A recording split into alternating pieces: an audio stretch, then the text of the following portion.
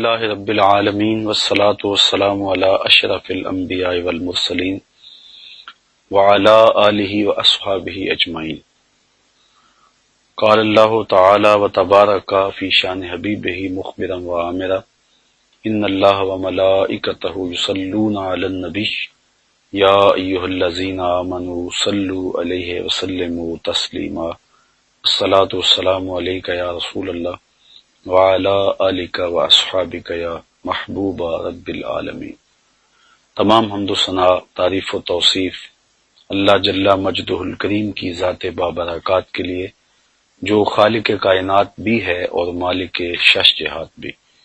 اللہ جل وعلا کی حمد و ثناء کے بعد رسول رحمت، شفیع معظم، نبی محتشم، اللہ کے پیارے، امت کے سہارے، رب کے محبوب، دانائے غیوب، مالک رقاب امم، فخر عرب و عجم، والی کون و مکاں، سیاہ لا مکاں، سید انس و جاں، سرور لالا رخاں، نیر تاباں، سر نشین مہوشاں، ماہ خوباں، شہنشاہ حسینہ، تتمہ دوراں، سر خیل زہرہ جمالاں، جلوائے صبح ازل، نور ذات لم یزل، باعث تکوین عالم، فخر آدم و بنی آدم، نیر بطحا، رازدار ما اوحا، شاہد ما طغا، صاحب علم نشرہ، معصوم آمنہ احمد مجتبی، حضرت محمد مصطفیٰ صلی اللہ علیہ وآلہ وسلم کے حضور ناز میں اپنی عقیدتوں، ارادتوں اور محبتوں کا خراج پیش کرنے کے بعد، علی مرتبت محتشم سامعین، السلام علیکم ورحمۃ اللہ وبرکاتہ۔ آج مولا کائنات سیدنا علی المرتضیٰ رضی اللہ تعالی عنہ کے تذکرہ نور پر مشتمل چند باتیں آپ کے گوش گزار کرنا چاہوں گا۔ اللہ تعالی مجھے حق کہنے کی توفیق سے مالا مال کرے اور ہماری اس کاوش کو اپنی بارگاہ میں مستجاب کرے۔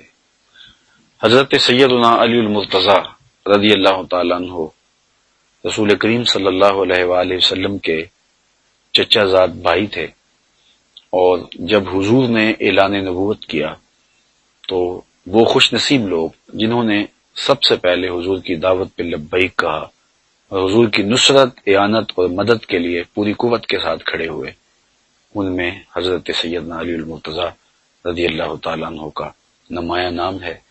اور آپ نے حضور علیہ الصلوۃ والسلام کے لیے اپنا سب کچھ قربان کرنے کا جو عزم کیا، پہلے دن سے ہمیشہ اس پر کھڑے رہے اور پوری قوت کے ساتھ اسلام کی سربلندی کے لیے، دین اسلام کے فروغ کے لیے مستعد اور فعال رہے۔ حضرت سیدنا علی المرتضیٰ رضی اللہ تعالی عنہ کا حضور کے ساتھ یہ تعلق کہ حضور کے چچا زاد بھائی تھے، لیکن یہ تعلق اور زیادہ پختہ ہو جاتا ہے جب حضور اپنی لاڈلی صاحبزادی حضرت سیدہ طیبہ طاہرہ حضرت سیدہ فاطمہ سلام اللہ علیہا کو سیدنا علی المرتضیٰ رضی اللہ تعالی عنہ کے عقد میں دے دیتے ہیں، اور پھر وہ قربت جو حضور کو حضرت مولا کائنات سے حاصل تھی اور زیادہ گہری ہو جاتی ہے۔ جب مدینہ المنورہ کی طرف ہجرت ہوئی تو حضور نے انصار کو اور مہاجرین کو ایک دوسرے کا بھائی بنا دیا، تو حضرت علی المرتضیٰ رضی اللہ تعالی عنہ کی باری آئی تو حضور نے انہیں اپنا بھائی قرار دیا۔ حضرت سیدنا علی المرتضیٰ کے مناقب، آپ کے فضائل پر مشتمل بہت احادیث ہیں جو کتب احادیث کے اندر موجود ہیں، لیکن حضور نبی رحمت صلی اللہ علیہ وآلہ وسلم نے حضرت علی المرتضیٰ کی محبت کو، آپ کے پیار کو پوری امت میں راسخ کرنے کے لیے ارشاد فرمایا۔ حضرت زید بن ارقم رضی اللہ تعالی عنہ سے مروی ہے، اور تھوڑے الفاظ کے فرق کے ساتھ یہ روایت دیگر اصحاب رسول سے بھی مروی ہے۔ تقریباً 30 اصحاب اس روایت کی شہادت دیتے ہیں کہ حضور علیہ الصلوۃ والسلام نے ارشاد فرمایا، من کنت مولاہ فعلی مولاہ، جس کا میں مولا ہوں اس کا علی مولا ہے۔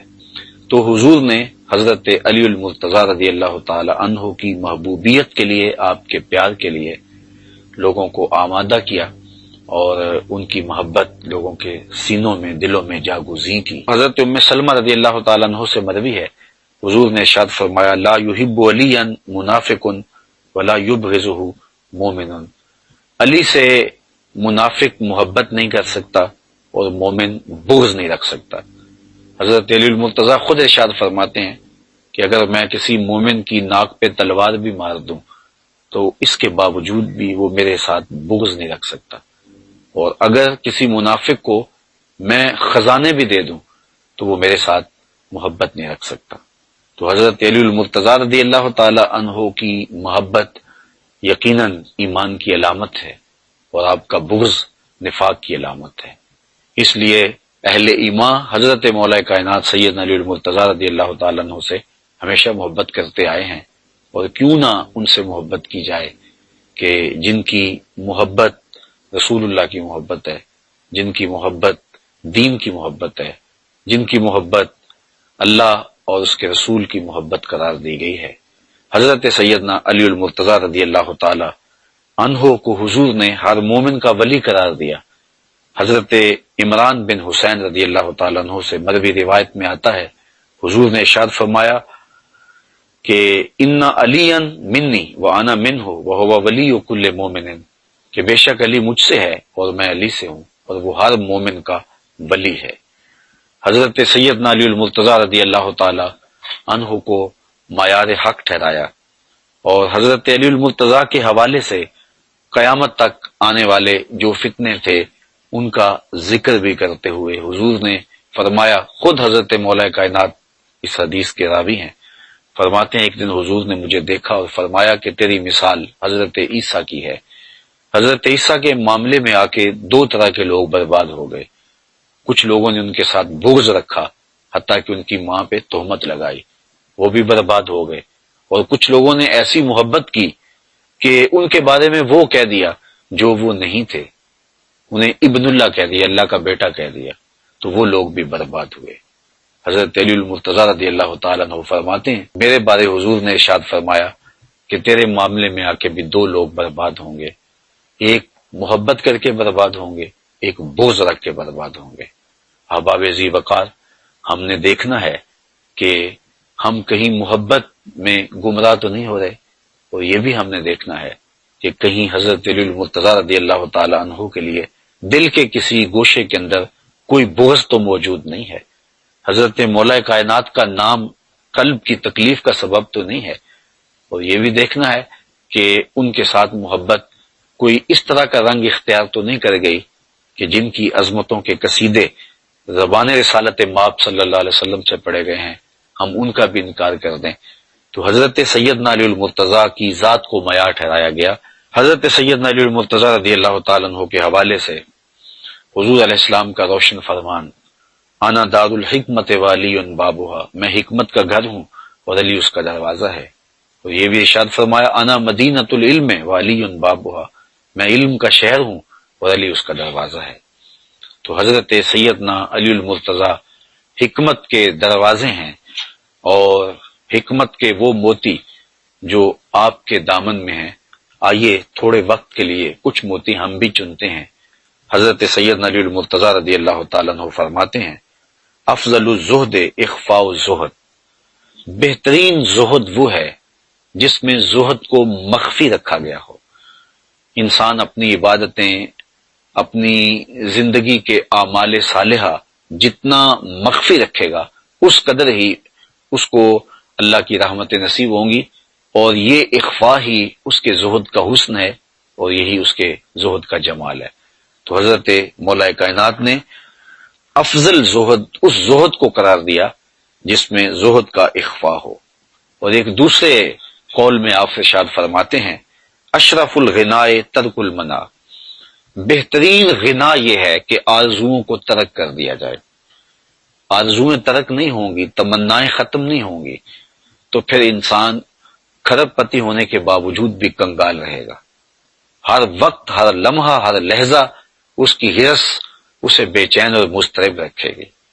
تو اشرف غنا، بہتر غنا، جو غنا اس کے قلب کی تسکین کا ساما بنے، جو اس کے باطن کے قرار کا ساما بنے، جو اس کو دنیاوی زندگی میں بھی راحت پہنچائے اور اس کی زندگی میں جمال اور حسن پیدا کرے، وہ وہی غنا ہے جس میں آرزویں دم توڑ جائیں اور خواہشات اس کی ختم ہو جائیں۔ تیری آرزو ہے کہ ہو میری آرزو پوری، میری آرزو ہے کہ تیری آرزو بدل جائے۔ تو اشرف الغنا ترک المنا، آپ نے ایک دوسرے مقام پہ ارشاد فرمایا، عزم الخالق اندہ کا یصغر المخلوق فی عین کا، اللہ تعالیٰ جل شانہ کی عظمت جب اجاگر ہو جاتی ہے اور تیرے دل اور دماغ میں اس کی عظمت کا احساس پیدا ہوتا ہے تو پھر مخلوق تجھے بڑی دکھائی نہیں دیتی، پھر کائنات کی حقیقت تیرے سامنے کھل جاتی ہے۔ جب مالک کی عظمت اجاگر ہو جائے تو پھر کائنات تیرے سامنے بڑی نہیں رہے گی، وہ چھوٹی ہو جائے گی۔ فرمایا اگر کوئی لونڈی اپنے ہاتھ میں خنزیر کی انتڑیاں لے کے آئے تو ان انتڑیوں کی جو اہمیت ہے میری نظر کے اندر دنیا کی اتنی بھی اہمیت نہیں ہے۔ تو یہ وہ سبق ہے توحید کا اور اللہ تعالیٰ جل شانہ کی عظمت کے اقرار کا کہ جو بندے کو دنیا سے بے نیاز کر دیتا ہے اور مالک کی عظمت کے سائے میں کھڑا کر کے اس کی نگاہوں میں دنیا کو چھوٹا کر دیتا ہے۔ حضرت علی المرتضی رضی اللہ تعالیٰ عنہ کا یہ قول بھی سننے کے قابل ہے۔ فرمایا لا غنا کل عقل ولا فقر کل جہل ولا میراث کل ادب ولا ظہیر کل مشاورہ۔ کتنی خوبصورت باتیں ارشاد کی اور کتنے قیمتی موتی ہیں جو عطا کیے۔ فرمایا لا غنا کل عقل، عقل جیسی مالداری نہیں ہے۔ جو مالداری، جو دولت، جو ثروت عقل کی صورت میں اللہ تعالیٰ جل شانہ نے عطا کی ہے، وہ کوئی اور دولت اس کی جگہ نہیں لے سکتی ہے۔ بلکہ ایک مقام پہ فرمایا کہ ہم اللہ کی تقسیم پہ راضی ہیں، اس نے جاہلوں کو مال دیا اور ہمیں علم عطا فرمایا۔ تو اللہ تعالیٰ جل شانہ نے عقل کی صورت کے اندر جو غنا نصیب کیا ہے کسی شخص کو تو وہ بڑی دولت ہے۔ فرماتے ہیں کہ اس جیسا غنا کوئی نہیں۔ پھر فرمایا ولا فقر کل جہل، اور جہالت جیسی محتاجی، فقیری اور غریبی نہیں ہے۔ جو جاہل ہے تو اصل میں فقیر اور محتاج ضرورت مند وہ ہے جس کے پاس چراغ علم نہیں اور جہالت کے ڈیرے جس کے ہاں ہیں۔ پھر ارشاد کیا ولا میراث کل ادب، اور ادب جیسی کوئی وراثت نہیں ہے۔ بندے کو اپنے ماں باپ سے، اپنے بڑوں سے جو دولت ملی ہے، جو وراثت ملی ہے، وہ بہترین وراثت حسن ادب ہے۔ اگر ان کو اچھے ادب مل گئے تو یہ حقیقی دولت ہے، حقیقی میراث ہے جو اس کو اپنے بزرگوں کی جانب سے ملی ہے۔ اور اگر اس کو درہم و دینار بہت مل گئے، اس کو دنیا کی بڑی دولتیں مل گئیں، لیکن اس کو ادب کی دولت نہیں ملی تو اس کے پلے کچھ بھی نہیں ہے۔ تو بہترین میراث کسی کو جو نصیب ہوئی وہ ادب ہے۔ تو ادب وہ دولت ہے، ادب وہ ثروت ہے کہ جو باقی ساری ثروتوں سے اور دولتوں سے بھاری ہے۔ حضرت سیدنا علی المرتضی رضی اللہ تعالیٰ عنہ نے چوتھی بات ارشاد فرمائی ولا ظہیرہ کل مشاورہ، مشاورت جیسا کوئی مددگار نہیں ہے۔ جو ظہیر اور جو مددگار مشاورت ہے، اس طرح کا کوئی بھی مددگار اور کوئی بھی ساتھی اور کوئی بھی جو ہے وہ دوست نہیں ہے۔ حضرت سیدنا علی المرتضی رضی اللہ تعالیٰ عنہ کا ایک قول نور دیکھیے جو آپ نے انسانی زندگی کی تہذیب کے لیے ہمیں ارشاد فرمایا ہے۔ فرمایا من ظن بک خیرا صدق ظن کا، اگر کوئی تجھے اچھا تصور کرنے لگ جائے تو تو اس کے تصور کو سچ کر دکھا۔ اگر تیرے بارے میں کسی کی رائے یہ ہے کہ یہ بہت اچھا ہے اور تو جانتا ہے کہ میں اچھا نہیں ہوں، تو تو حقیقتاً اچھا ہو جا تاکہ اس کا ظن تیرے بارے درست ہو جائے۔ اعلی حضرت امام اہل محبت امام شاہ احمد رضا خان فاضل بریلوی علیہ رحمہ، آپ حافظ قرآن نہیں تھے، لیکن لوگوں کا یہ گمان تھا کہ آپ حافظ قرآن ہیں۔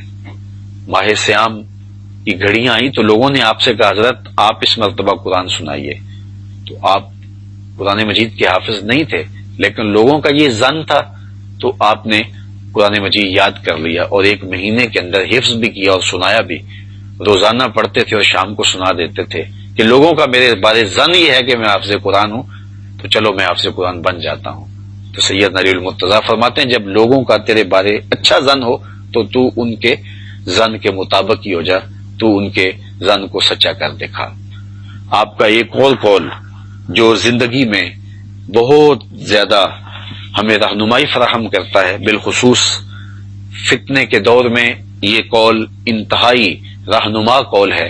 ارشاد فرمایا کن فی الفتنہ کابن اللبون لا زہر فیرکب ولا درع فیحلب، فرمایا تو فتنے کے زمانے میں اونٹ کے 2 سال کے بچے کی طرح ہو جا، نہ تیرے پہ سواری کی جا سکے اور نہ تیرا دودھ دھویا جا سکے، یعنی فتنے میں تو لوگوں کا فتنے میں مددگار نہ ہو اور ان کے لیے کسی طرح بھی تو معاون نہ بن پائے، تو فتنے میں اپنے دامن کو بچا کر کے محفوظ رہا جائے اور اپنی حفاظت کی جائے۔ تو کتنی خوبصورت مثال دی کہ جس طرح اونٹ کا 2 سال کا بچہ ہوتا ہے کہ وہ دودھ بھی نہیں دیتا اور سواری کے قابل بھی نہیں ہوتا، تو نہ تو فتنے کو کوئی طاقت فراہم کر سکے اور نہ ان کی کوئی مدد کر سکے اور نہ ان کی کسی ضرورت کو، فتنہ گروں کی کسی ضرورت کو پورا کر سکے، ابن لبون کی طرح ہو جا۔ پھر آپ نے یہ بھی ارشاد فرمایا من حاسب نفسہ رابحا ومن غفل عنہا خاسرا ومن خاف آمنا ومن اعتبر ابصر ومن ابصر فہما ومن فہم عالما۔ آپ نے ارشاد فرمایا جس نے اپنے نفس کا محاسبہ کیا وہ کامیاب ہو گیا، بامراد ہو گیا، اور جو محاسبہ نفس سے غافل رہا وہ نقصان میں رہا، اور جس نے اللہ تعالیٰ کا خوف اپنے من میں سما لیا، اپنے باطن میں اتار لیا، وہ امن پا گیا۔ ومن اعتبر، اور جس نے عبرت حاصل کی، اب سارا اس کی آنکھیں کشادہ ہو گئیں اور اس کا سینہ روشن ہو گیا، اسے نور معرفت مل گیا۔ ومن ابصر فہما، اور جس کو بصیرت کا نور مل گیا تو وہ سمجھدار ہو گیا۔ ومن فہم عالما، اور جو فہم کی دولت سے مالا مال ہوا وہ حقیقی طور پہ عالم بن گیا۔ سیرے یاد کرنے سے عالم نہیں بنتا، بلکہ عالم بننے کے لیے بصیرت کا نور چاہیے، عالم بننے کے لیے بصیرت کے اجالے چاہیے، خوف خدا چاہیے، خشیت الہی چاہیے۔ تو یہ وہ راستہ ہے جو ہمیں علم کی طرف لے جاتا ہے، اور ایک عالم کے لیے محاسبہ ذات سے شروع ہو کر کے فہم دین تک یہ ساری منزلیں آتی ہیں، تو پھر وہ عالم بنتا ہے۔ حضرت سیدنا علی المرتضی رضی اللہ تعالی عنہ فرماتے ہیں من عظم صغار المصائب ابتلاہ اللہ بکبائرہا، جو چھوٹی مصیبتوں کو بڑا سمجھنے لگ جاتا ہے اللہ تعالیٰ جل شانہ اسے بڑی مصیبتوں میں مبتلا کر دیتا ہے۔ زندگی کے اندر مصیبتیں، آلام، مصائب ہمیں آتے رہتے ہیں، تو چھوٹی مصیبت آ جائے تو خم خواہ واویلا نہیں مچانا چاہیے، اور اگر چھوٹی مصیبت پر واویلا مچانے لگ جائیں گے تو پھر ایک دن آئے گا کہ اللہ بڑی مصیبتوں میں بھی ہمیں مبتلا کر دے گا۔ تو حضرت علی المرتضیٰ نے کتنا روشن قول ہمارے سامنے رکھا کہ اللہ کی طرف سے کوئی آزمائش آ جائے، امتحان آ جائے، اس کو صبر سے، حوصلے کے ساتھ اس امتحان کو، اس آزمائش کو گزارا جائے، تاکہ بڑی آزمائش سے، بڑی مصیبت سے بچا جا سکے۔ آپ کا ایک اور قول بھی دیکھیے، فرمایا تھوڑا سا شک دین بگاڑ دیتا ہے اور تھوڑی سی دنیا آخرت برباد کر دیتی ہے۔ تشکیک جب پیدا ہوتی ہے تو پھر دین نہیں رہتا۔ علامہ اقبال علیہ رحمہ نے بھی کہا تھا کہ غلامی سے بدتر ہے بے یقینی، تو بے یقینی جب روحوں میں، دلوں میں اترنے لگے تو پھر دین نہیں بچتا، دین باقی نہیں رہتا، اور تھوڑی سی دنیا داری آخرت برباد کر دیتی ہے۔ یہاں دنیا داری سے مراد خدا سے غافل ہونا ہے۔